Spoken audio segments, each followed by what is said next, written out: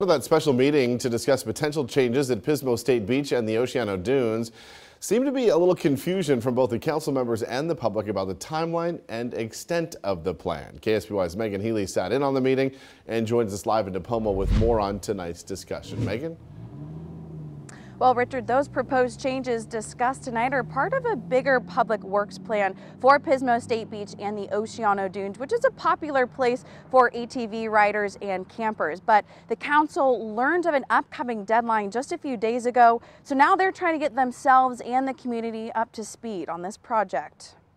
We didn't move here because we wanted to be in a Disneyland for off-road riders. Nipomo resident Carla Haney says she is concerned that traffic and air quality will worsen if the recreational plan goes forward as is. It's extremely disturbing as a homeowner here that the increase in the air quality, the traffic. Those proposed changes include widening Oso Flaco Road to support RV access, creating an off-highway vehicle staging, riding track, and kids practice track, as well as building up to 230 new campsites. Many neighbors who spoke at the meeting said State Parks has not done enough to reach out to the community. I think this was a stealth project that is foisted upon us. They came out of the blue. The SCAC chairman says feedback for the project has mainly come from dune riders. Extreme surprise that anything's going on. I think the public has not been reached out to in this area very well. Some people say the proposed changes like creating a boardwalk and picnic area around the lake are a good idea, but increasing traffic on the local roads will be a problem. To make this an area that will encourage a different kind of tourism, I think is a positive good.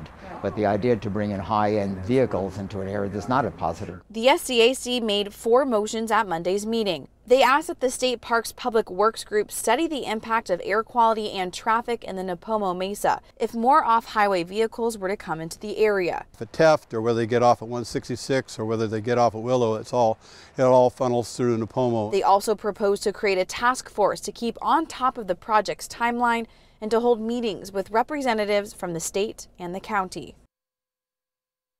Now, most of the people I spoke to say they were happy with those 4 motions discussed in tonight's meeting, and the council members have 72 hours to vote on those. Now, this entire project is in the public hearing stages. The next step would be an environmental impact report. Live in Nipomo, I'm Megan Healy, KSBY News. All right, Megan, thank you. South County Advisory Council has until March 5th to submit input to state parks about the proposed plan before it moves into the next phase.